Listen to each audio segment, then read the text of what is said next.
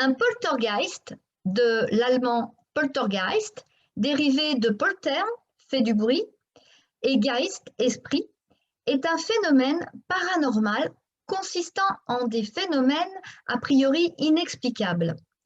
De par son expertise dans la matière, Thierry Saint-Aubin va nous éclairer à ce sujet dans cette entrevue de Patoun.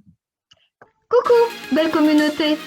Bienvenue dans les entrevues de Patoun. Bonjour Thierry. Bonjour Patoun, bonjour tout le monde. Thierry, merci beaucoup d'avoir accepté de participer à cette entrevue de Patoun. Merci à toi Patoun de m'accueillir, c'est toujours un plaisir. Moi aussi, c'est un plaisir. Thierry, qui es-tu? Alors, qui je suis? Je suis médium, je suis référent en France pour tout ce qui est paranormal, médiumnité, soins, puis voilà, c'est déjà beaucoup, hein. Donc, j'enseigne, je fais de la recherche, j'ai fait de la recherche avec le CNRS et une partie de ma vie puisque j'ai une formation scientifique. Et je fais de la recherche sur tous les phénomènes paranormaux, sur la médiumnité, parce que on essaie de comprendre pourquoi certaines personnes peuvent voir les défunts, parler avec les défunts et pas d'autres. On essaie de comprendre tous les phénomènes paranormaux et notamment les poltergeists et tout ce qui peut avoir trait aux phénomènes dits paranormaux. Il y a beaucoup de tricheries, il y a beaucoup de mensonges, donc on essaie de faire la part du vrai de la part du faux. Voilà, en gros, maintenant, ma vie ne tourne que autour de ces sujets-là. Et moi, en tant que référent, je suis là pour recadrer un peu et chercher où il y a les tricheries. Autant dans la voyance que dans la médiumnité, où il y en a beaucoup, dans les soins aussi, et dans les phénomènes paranormaux. Voilà. Thierry, est-ce que tu peux nous expliquer ce qu'est un poltergeist? Alors, un poltergeist, tu l'as bien décrit, c'est ce que les gens appellent communément des esprits frappeurs, ce qu'à l'époque on appelait des esprits frappeurs. Alors, ce n'est pas des esprits qui viennent pour nous frapper, mais plus généralement, ce sont, les gens connaissent les 3 coups dans les murs, ce sont des coups dans les murs, ce sont des objets qui peuvent traverser les pièces. Mais la particularité, c'est que ce sont même de très, très gros objets. C'est-à-dire qu'une armoire peut se soulever, une armoire pleine, donc qui fait des fois plusieurs centaines de kilos, et qui peut traverser une pièce. C'est vu, revu. On a des équipes de gendarmerie qui ont filmé, qui sont venues prendre des photos, qui ont assisté directement sur place pour voir tous ces phénomènes-là qui, pour le moment, sont inexplicables. Hein. On ne sait pas comment ça se produit. On dit des esprits frappeurs, mais est-ce que ce sont des problèmes énergétiques, des problèmes géobiologiques? C'est fort possible. Il existe plusieurs sortes de poltergeist. On a les bruits dans les murs, ce sont les plus classiques, avec lesquels parfois on peut communiquer. C'est souvent, et même le plus souvent, les objets qui volent dans l'air. Ça peut être des fauteuils, des tables de salon, des téléviseurs, des téléphones, des armoires, des bibliothèques, pour bien faire comprendre que ce ne sont pas que de petits objets. Voilà. Et il y a une force phénoménale dont on ne sait pas expliquer pour le moment. Peut-être qu'un jour nous arriverons à expliquer tout cela, mais il faut raison garder et ne pas croire en tout et n'importe quoi. Et moi, en tant que référent, je mets des barrières et je dis stop. Pourquoi? Parce que lorsqu'on fait des recherches, on s'aperçoit qu'il y a beaucoup de tricheries. Évidemment, il y a beaucoup de tricheries avec les petits objets. Lorsqu'une armoire traverse un séjour, il y a moins de tricheries, ça reste encore inexpliqué. Voilà ce que sont un peu les poltergeists. Ça peut être des cris qu'on entend aussi, des voix que l'on entend aussi, mais le poltergeist, les esprits frappeurs, c'est vraiment des objets qui se déplacent tout seuls dans une maison. Ça peut mettre la maison sans dessus-dessous. Ça peut se casser, c'est assez violent.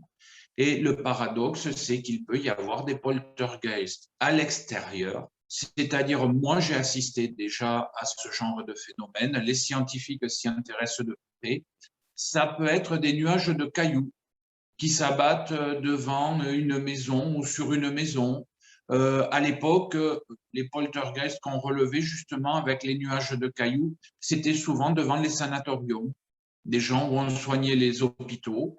Et il y a vraiment des pluies de cailloux. C'est impressionnant, ça peut même être dangereux, il faut se mettre à l'abri. On a des poltergeists de grenouilles, des pluies de grenouilles aussi, ou d'oiseaux qui tombent comme ça et qui meurent sur le sol, qui s'écrasent. Donc là, les scientifiques, quand même, font des recherches par rapport au système de radar qu'ils ont. Est-ce qu'ils sont perturbés par des fréquences? Donc là, on va rester un peu plus sceptique avec les animaux. Mais les pluies de cailloux, c'est quand même inexplicable, surtout que ce ne sont pas, et je tiens à le préciser, ce ne sont pas des graviers, hein, ce sont vraiment de gros cailloux qui peuvent s'abattre comme ça, à n'importe quel moment, sur n'importe quel endroit. C'est du vécu, c'est vraiment très, très impressionnant. Est-ce que ce sont des phénomènes connus dans le monde entier ou est-ce qu'il y a des zones sur Terre qui sont beaucoup plus sollicitées que d'autres? Alors non, il n'y a pas de zone de non-droit, c'est-à-dire que ces phénomènes-là sont connus dans le monde entier. Il n'y a pas un endroit où ça n'existe pas. On les répertorie, on note pour savoir justement, les géobiologues, les chercheurs essaient de comprendre hein, qu'est-ce qui peut se passer, mais on note tout et lorsqu'il y en a, on note tout.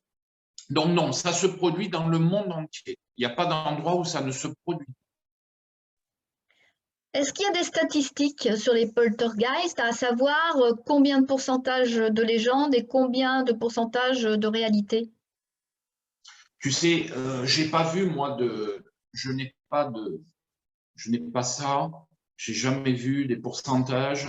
Moi, je dirais qu'à 80%, c'est de la fumisterie. À 80%, c'est de la triche.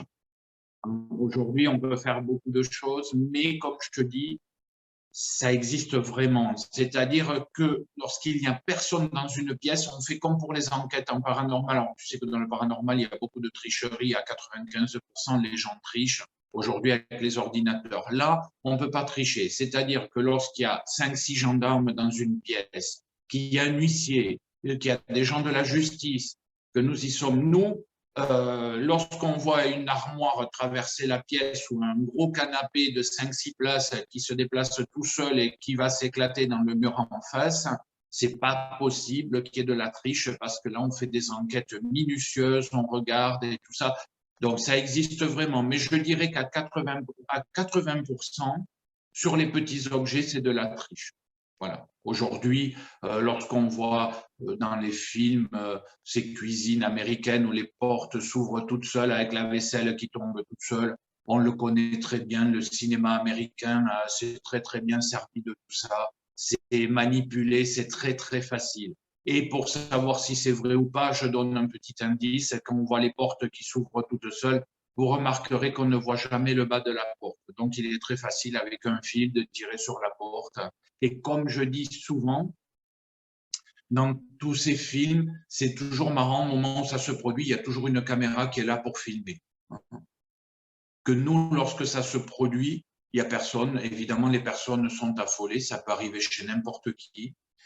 Et lorsque l'on arrive, les personnes sont vraiment, vraiment affolées parce que ça fait très peur pour ceux qui ne connaissent pas. Ça peut arriver à n'importe quel moment. Il n'y a pas d'heure, il n'y a pas de jour, il n'y a pas de nuit. Ça peut arriver à n'importe quel moment. Est-ce que tu aurais un exemple de poltergeist, un vrai, hein, un vrai en réalité, qui te serait arrivé, enfin que tu aurais vécu et qui t'aurait marqué? Alors, dans mon expérience à moi, puisque je fais ça depuis tout jeune et que ma mère était déjà médium, on a vécu des tas et des tas de phénomènes. Ils sont toujours particuliers. C'est vraiment toujours particulier. C'est toujours surprenant. Il faut jamais avoir peur. Ça, c'est la règle de base. Ça sert à rien d'avoir peur parce que de toute façon, ça ne s'arrêtera pas. Il faut bien le savoir. Non, j'ai vécu les esprits frappeurs, donc les bruits dans les murs. Pour moi, ça reste un problème géobiologique, hein. Les scientifiques ont prouvé souvent que soit c'était la Terre qui bougeait à l'endroit où on les entendait. Ils prennent des mesures maintenant, hein. Donc, ils ont des appareils, on a des appareils de plus en plus perfectionnés en tant que scientifiques. Donc, on peut brancher des appareils sur les murs, hein, comme on fait lorsqu'on fait un ECG, un électrocardiogramme. C'est exactement la même chose. On branche des appareils sur les murs. Effectivement, on s'aperçoit que c'est la terre qui vibre ou alors il y a une rivière souterraine qui passe sous la maison. Ça, c'est quasiment sûr à 95%, on va dire. Mais après, pour tout ce qui est objet qui traverse la pièce, là, on ne sait pas l'expliquer parce que ce sont des objets quand même qui sont lourds. Et il n'y a personne dans la pièce. Alors, pourquoi c'est intéressant? Parce que ces phénomènes-là, ils apparaissent à n'importe quel moment. Ils ont une durée de vie de 2 mois à 2 ans. Et on ne sait pas pourquoi ça s'arrête tout seul, sans rien faire. Sans rien faire. Ah, évidemment, tu as toujours les croyants qui vont te dire c'est le diable. On va toujours chercher dans le négatif et plus ça fait peur et plus on fait peur aux gens. C'est pour ça que je dis qu'il ne faut pas avoir peur. On n'a jamais su si c'était dû au diable ou à Dieu. Ou moi, je pense plutôt à des phénomènes physiques que pour le moment, on n'arrive pas à expliquer, mais la science évoluant assez rapidement, on arrivera à expliquer une partie, je dis bien une partie, pas tous les phénomènes, mais une bonne partie des phénomènes, on arrivera à les expliquer. Voilà. Voilà en gros. Mais qui m'est touché, moi particulièrement, tous. Cette pluie de cailloux, je l'ai vécue vers Pau. J'étais petit, j'étais avec ma grand-mère qui, elle, connaissait tous ces phénomènes-là. On est une famille où on a toujours cherché dans ce milieu. Et je n'ai pas été surpris. C'est surprenant parce qu'on se dit, bah, une pluie de cailloux, pourquoi? Quelle force peut soulever des pierres? Parce qu'une pierre, c'est quand même assez lourd et ce ne sont pas des graviers. Tu vois ce que je veux dire? Il peut y avoir des pierres qui peuvent peser plusieurs kilos et c'est quand même surprenant. Alors évidemment, quand c'est une pluie de pierres, il arrive des accidents. Donc, ça peut arriver. Là, il faut se protéger, hein. Lorsque ce sont des pluies de pierres, évidemment, on ne va pas rester dessous, on n'est pas idiot, on se protège. Lorsque ce sont des objets dans une pièce, on se protège aussi, hein, parce qu'il y en a certains qui vont dire, oui, mais on peut être attaqué. Non, on ne peut pas être attaqué, on ne sait pas qu'est-ce qui produit, on ne sait pas si ça s'attaque aux humains. Non, parce que même lorsqu'il n'y a pas d'humains dans la pièce, les phénomènes continuent. Donc, les humains ne sont pas ciblés. C'est pour ça que quand on parle de quelque chose de diabolique, je n'y crois pas du tout, étant référent, moi, en sorcellerie et en phénomène, en magie noire et tout ce qui s'ensuit. Lorsqu'il y a de la magie ou lorsqu'il y a, entre parenthèses, le diable, on s'attaque à une personne ou à des personnes. Là, ce n'est pas le cas, puisqu'on s'aperçoit que si on ferme la porte, les objets continuent de frapper, de tomber, de tout, ça se renverse de tous les côtés. C'est pour ça que je dis, ne mettons pas le diable en avant. Est-ce que vous avez des techniques spéciales pour repérer si c'est une supercherie ou si c'est une réalité? Oui, bien sûr. Aujourd'hui, avec la technologie qui a énormément évolué, comme je disais tout à l'heure, je ne vais pas dévoiler comment on fait, hein, parce que ça servirait à trop de personnes, justement. On a des techniques. Par exemple, tu vois, moi, je suis référent en sorcellerie, en exorcisme. Je dis toujours que, comme pour les poltergeists, il n'y a pas de limite entre la psychologie et la sorcellerie. C'est toujours des problèmes psychologiques. Mais évidemment que nous avons des techniques pour savoir si c'est une supercherie psychologique ou si c'est vraiment une possession où la possession, c'est l'extrême. Il y en a très, très peu de gens possédés. Ou si c'est quelqu'un qui a fabule. On les décèle très, très vite. On a des techniques qu'on n'expliquera pas, évidemment, que tout le monde comprendra pourquoi on ne veut pas expliquer comment on fait. Dans les phénomènes de poltergeist, c'est exactement la même chose, on ne dévoilera pas. On connaît les techniques, mais on ne les dévoilera pas. Les professionnels qui interviennent, enfin les professionnels ou les bénévoles qui interviennent dans ce domaine, est-ce qu'ils doivent avoir une formation à la base? Non, Non. Alors, des professionnels maintenant qui interviennent, c'est la gendarmerie souvent. La gendarmerie, la police, ils n'étaient pas, à l'époque, ils n'étaient pas perfectionnés, ils n'y connaissaient rien, ils venaient juste constater. Là, maintenant, on a des services de gendarmerie qui se sont un peu spécialisés là-dedans. Ça existe. Ils essaient comme nous de comprendre, mais ils viennent sur place, ils font des enregistrements, ils filment. Ils filment. On peut faire même intervenir un huissier pour prouver qu'il n'y a pas supercherie. Et puis, il y a des gens comme nous. Hein, moi, je suis mal placé puisque j'étais dans la gendarmerie et en même temps, je suis scientifique. Enfin, je fais tout. Et en plus, je suis médium. Donc, je suis un couteau suisse. Ma formation a fait que je m'intéresse à tout. Et si tu veux, ils font appel à nous, les spécialistes. On n'est pas nombreux, on est quelques-uns en France pour voir justement comment on connaît, comment on triche. Ils nous demandent à nous parce que bah, tu as des gendarmes ou des policiers qui arrivent, ils n'y connaissent rien, c'est la première fois de leur vie qu'ils voient ça. Et nous, si tu veux, on leur fait des formations en leur disant non, là, il y a tricherie ou là, c'est réel, mais on ne sait pas l'expliquer. Voilà. Donc, eux, ils ont un rôle de relever. Ils relèvent, ils filment, ils photographient. Voilà, on garde en archive, comme pour les ovnis, comme pour beaucoup de choses. Et puis peut-être qu'un jour, on arrivera à comprendre ce qui se passe exactement. Mais il n'y a pas de formation particulière. Certains disent que ça rejoint les phénomènes de hantise. Est-ce que tu es d'accord avec ça? Ben non, c'est ce que je te disais tout à l'heure. Disons que tout ce qui est paranormal, tout de suite, l'être humain va aller au pire. Donc, les phénomènes de hantise, ça veut dire possession, ça veut dire sorcellerie, ça veut dire le diable. Toujours ce diable, on le voit partout, le diable. Et le diable, il n'est pas partout.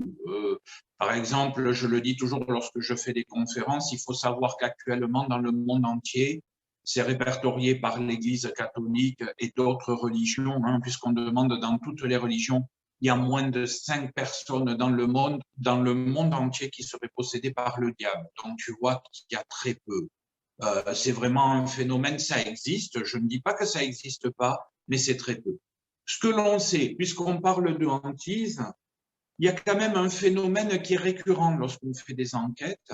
C'est pour ça que c'est l'avantage de répertorier les enquêtes. C'est que lorsque ça se produit, il y a toujours des adolescents dans la maison. C'est quasiment systématique. Alors, on peut voir sur YouTube, on peut retrouver les vidéos filmées par la gendarmerie, hein, où on a un esprit frappeur dans le mur. Il y avait un adolescent, un petit garçon de 12 ou 14 ans. En fait, quand les gendarmes posent des questions, ils tapent dans le mur, ça répond par oui ou par non. Donc, le petit garçon est dans une pièce à part, surveillé par 2 gendarmes. Donc, il ne bouge pas, il ne tape pas. Mais par l'esprit, par le cerveau, il arrive à répondre aux gendarmes. Voilà. C'est filmé, on peut le trouver sur YouTube, c'est une enquête de gendarmerie. Ça a été la première. Ensuite, tu as le cas de Enfield, qu'on retrouve partout, on en a parlé de partout. Bon, les gamines ont tout inventé, elles ont avoué qu'elles avaient tout inventé. Pourtant, il y a eu des films où elles volaient dans l'air, elles se soulevaient. C'est facile, on connaît le phénomène, hein, la lévitation, on sait comment la faire, on peut tricher aussi, mais elles ont avoué qu'elles avaient tout inventé. Donc, c'est pour ça que je dis attention, attention, il y a du vrai, mais il y a beaucoup de faux aussi. Il faut rester sur ses gardes. Mais le phénomène qui est un adolescent, effectivement, dans quasiment tous les cas, mais quasiment tous, il y a toujours un adolescent ou une adolescente. Et ce qui est rigolo, on a fait l'expérience de sortir l'adolescent de la maison, les phénomènes s'arrêtent, il ne se produit plus rien. Dès qu'on les fait sortir de la maison, tout s'arrête. Et c'est éphémère, c'est-à-dire que dès qu'ils quittent l'adolescence, dès qu'ils deviennent adultes, ça ne se reproduit plus jamais de leur vie. Donc, qu'est-ce qui se passe à l'adolescence? Il y a une modification physique du corps, physiologique.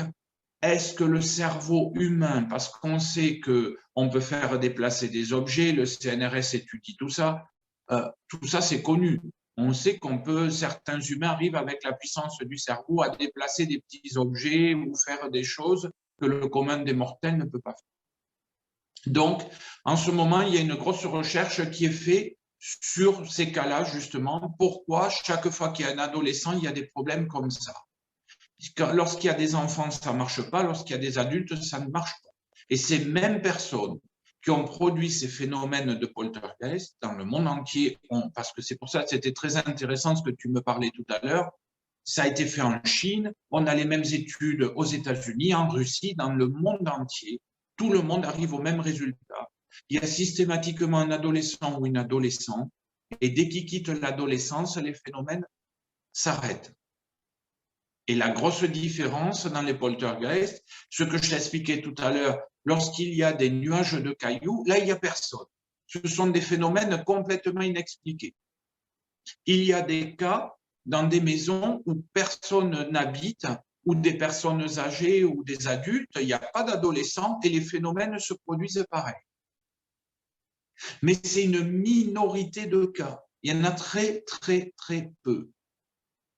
Tu sais, il y a beaucoup de choses qu'on n'arrive pas à expliquer. La combustion spontanée des personnes qui prennent feu, qui meurent dans leur fauteuil, on n'arrive pas à l'expliquer. Eh bien, les poltergeists, c'est pareil. J'espère qu'un jour, la science évoluera et qu'on arrivera à comprendre. Moi, au fond de moi, je mets de côté tout ce qui est hantise, diable et tout ça. Je pense que ce sont plus des phénomènes scientifiques, géobiologiques, qu'on n'arrive pas encore à expliquer. Voilà. Bien, merci Thierry. L'entrevue touche à sa fin.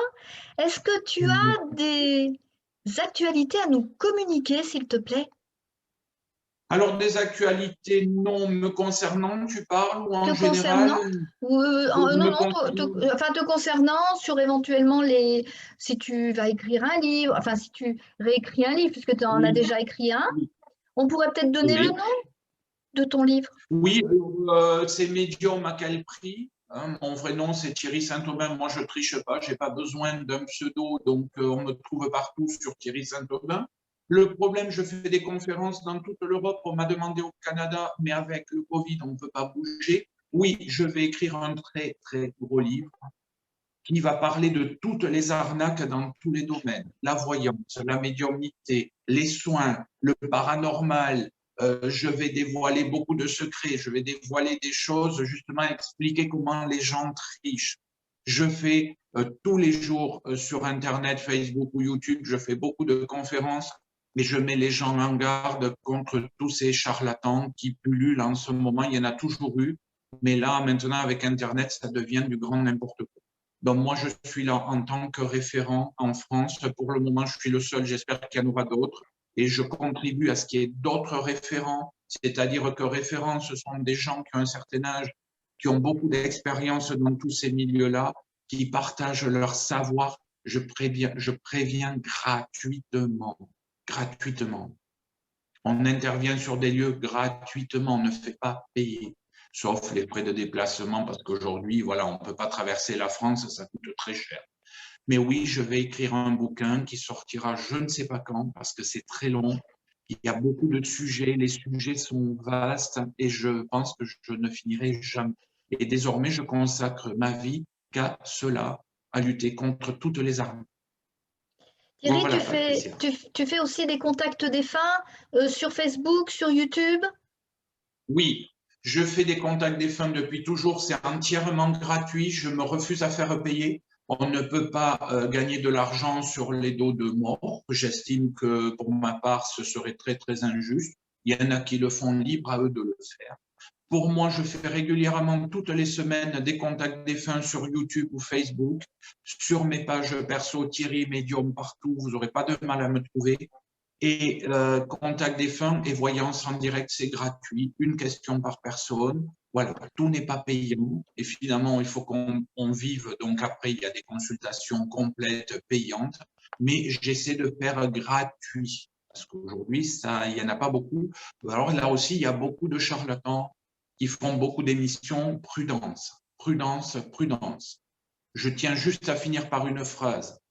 On reconnaît un charlatan d'un vrai médium dans les détails des réponses où il n'y a que vous qui avez les détails de cette réponse. Voilà, il n'y a pas 50 solutions. Un charlatan, il va vous dire « oui, elle était blonde ». Si vous dites « ah ben non, elle était brune », « ah ben oui, mais j'ai mal vu ». Non, un vrai médium va vous donner des détails du défunt ou de la personne qui a disparu. Voilà. On fait aussi de la recherche de personnes disparues. Il y a beaucoup de jeunes qui disparaissent. Il y a beaucoup d'adultes qui disparaissent. J'ai créé des groupes de recherche avec des parents justement qui ont perdu leurs enfants, qui ont disparu dans la nature. Donc, on essaie d'aider au maximum et le tout gratuitement. On ne fait pas payer. Voilà, Patricia. Thierry, je souhaite t'exprimer toute ma gratitude pour cette interview bienveillante en te dédicaçant cette citation de Maurice Leblanc. Il y a miracle si l'on accepte les explications surnaturelles. Il y a phénomène naturel si l'on recherche et si on trouve les causes physiques capables de susciter le miracle apparent. Exactement. Merci beaucoup, Patricia. Merci, continue et merci pour tes émissions, Patricia. Merci Thierry et puis belle continuation. Merci à toi aussi, Patricia. C'est un plaisir. Chers internautes, à bientôt dans une prochaine entrevue de Patoun. Si vous souhaitez à votre tour être interviewé, contactez-moi à lesentrevuesdepatoun@gmail.com.